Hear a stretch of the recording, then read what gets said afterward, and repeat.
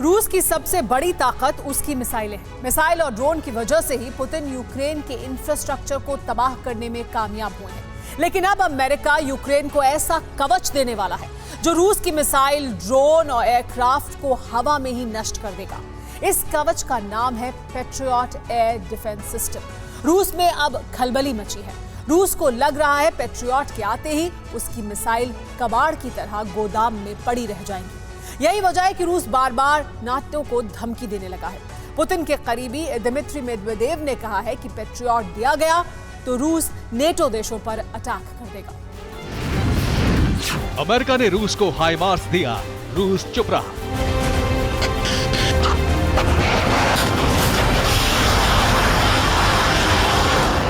America ने Ukraine को नैसम air defence दिया, रूस ने कुछ नहीं कहा।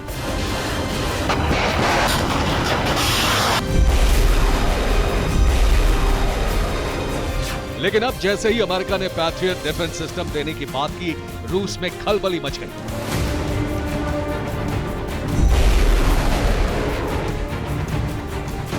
रूस से धमकियों का सिलसिला जारी है। कहा जा रहा है कि पैट्रियट देने का मतलब अमेरिका का सीधे तौर में युद्ध में उतरना है और रूस के लिए नेटो पर अटैक का green signal.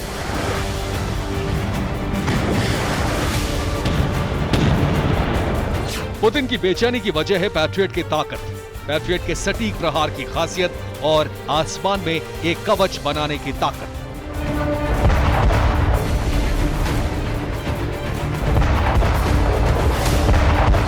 Patriot advance capability 3 यानी PAC-3 मिसाइल दुनिया की सबसे बेहतरीन डिफेंस सिस्टम में से एक है।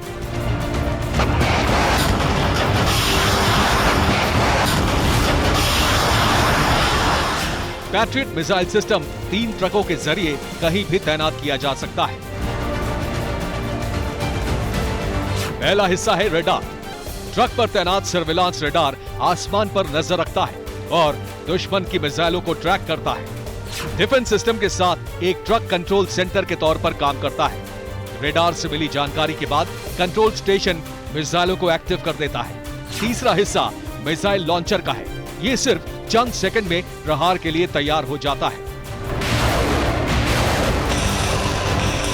ये मिसाइल डिफेंस सिस्टम दुश्मन की बैलिस्टिक मिसाइल, क्रूज मिसाइल और लड़ाकू विमानों को पल भर में मार गिराने में सक्षम है। पैट्रियट की तैनाती का सीधा मतलब है कि रूस की कोई भी मिसाइल यूक्रेन की जमीन को छू नहीं सकती, वायुसेना हमला नहीं कर सकती और ईरान से खरीदे गए ड्रोन यूक्रेन बॉर्डर में दाखिल नहीं हो सकते। Patriot missile defence system 100 kilometre दूर दुश्मन की मिसाइल को ट्रैक कर इसे नष्ट कर देता है।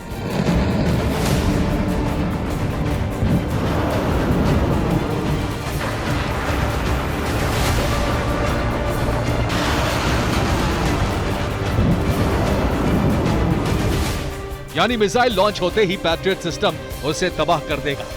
ब्लैक सी के युद्धपोत से दागी गई मिसाइलें समुद्र में ही गिर जाएंगी। यूक्रेन में इस वक्त जर्मनी, अमेरिका और स्पेन का एयर डिफेंस मौजूद है।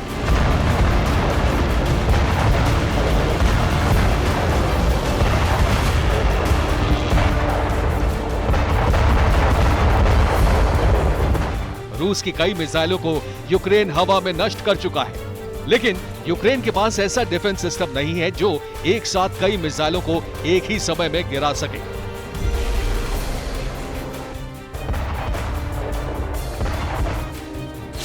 पैट्रियट बैलिस्टिक मिसाइलों को भी गिरा सकता है। रूस को ईरान से मिसाइलें खरीदने की डील कैंसिल करनी होगी। रूस स्कंदर मिसाइलों से भी यूक्रेन पर हमला नहीं कर सकेगा। रूस ईरान से फतेह और जुल्फिकार मिसाइलें खरीदने वाला है। माना जा रहा है कि रूस इन मिसाइलों से यूक्रेन में ऑपरेशन विंटर को आगे बढ़ाएगा और पावर प्लांट्स को निशाना बनाएगा।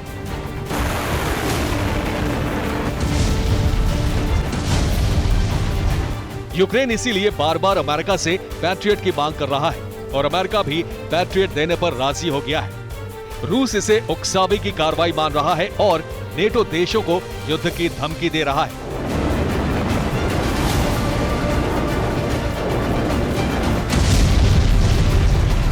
फिलहाल रूस यूक्रेन में मौजूद एयर डिफेंस को खत्म करने की रणनीति पर काम कर रहा है। एक रिपोर्ट के मुताबिक यूक्रेन के एयर डिफेंस को खाली करने के लिए रूस कई बार खाली मिसाइलों को फायर कर रहा है।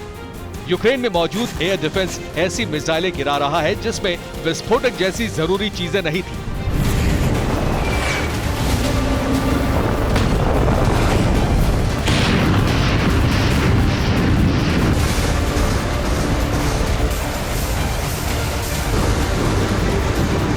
यूक्रेन के पास NASAMS यानी national advanced surface to air missile system है।